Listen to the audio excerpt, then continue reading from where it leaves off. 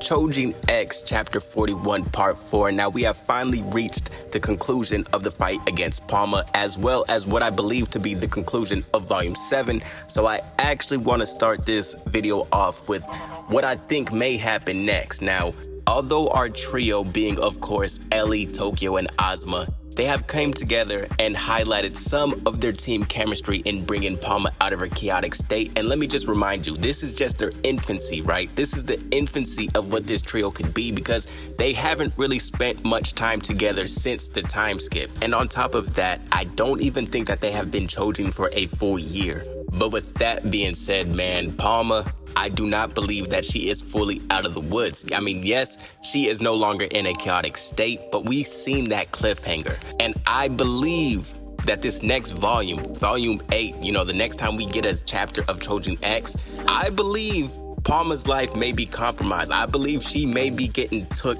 out, because Batista, I highly doubt that he would want the information of his experimentation to get out. So I know that we all want this whole love triangle fest or whatever the hell that happened between Palma, Azuma, Tokio, but Palma knows way too much, and Batista will have to take her out, because we know she has been working with Batista before. She may not know fully what exactly she has been a part of, at least outside of modifying Zember. For example, Icy's escape, which was a result of her dealing body parts. But when we look at the very end of this chapter, that cliffhanger, the question becomes, was this all a trap made by Batista from the beginning? Because by the looks of it, it appears that we will be getting a Ririka appearance in the upcoming chapter. And if indeed this is a trap, let me just try to frame it from this standpoint.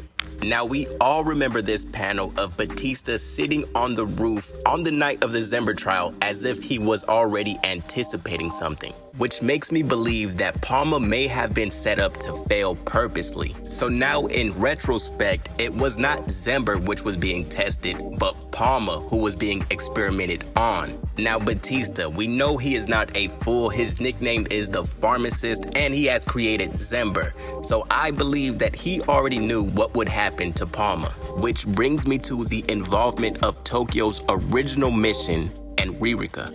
Now, there have already been signs of a traitor within Yamato Mori, with the first being that somebody leaked the information of the training at the Beast Isles. And now we have the crashing of Tokyo's opium mission, which right now looks like a failure. I mean, we do have the mics looking for the third drug dealer, but I'm not putting my faith in them.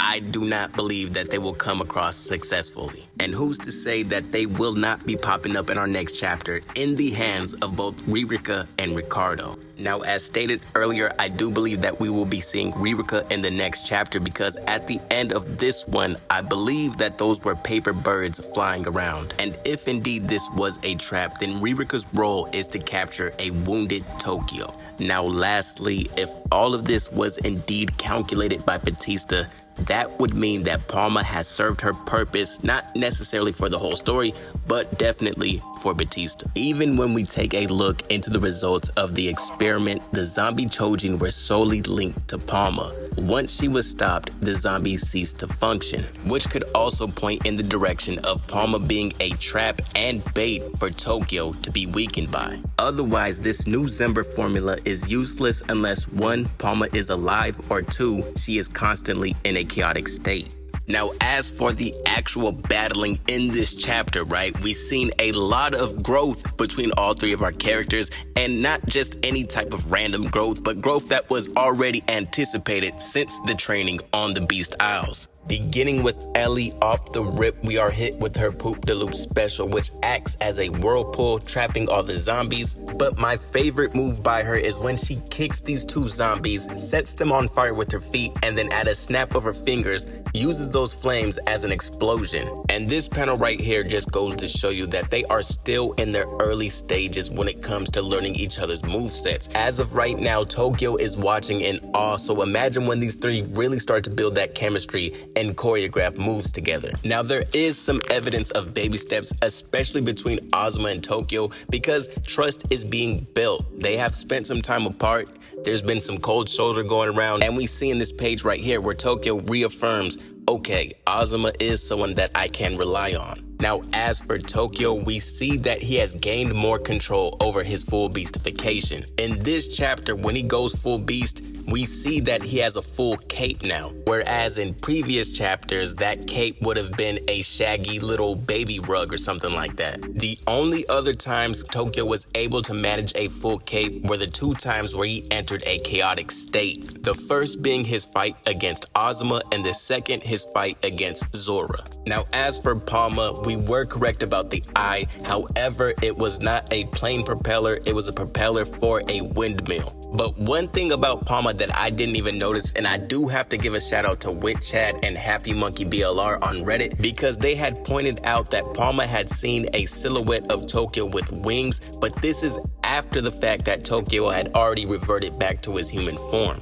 Now, in my opinion, I do not believe that this is some sort of foresight. I just think that this is Palma, or at least illustrations of Palma, with her first and last impressions of entering a chaotic state, which was the last thing she saw was a bunch of zombies attacking her, and now the first thing she sees when exiting that chaotic state is her savior, Tokio. Now, either way, man, I do not know how this ends because, like I said, there is more trouble to come. It looks like Ririka is pulling up, so things could end either way. We could get Palma packed up within the next chapter, or she could head back to Yamato Mori, develop more with Azuma. Maybe there's a love triangle with Tokio as well, but who knows? Once again, solid chapter, and honestly, I am glad that we got this fight wrapped up. And I'm looking forward to see where this goes next. So peace.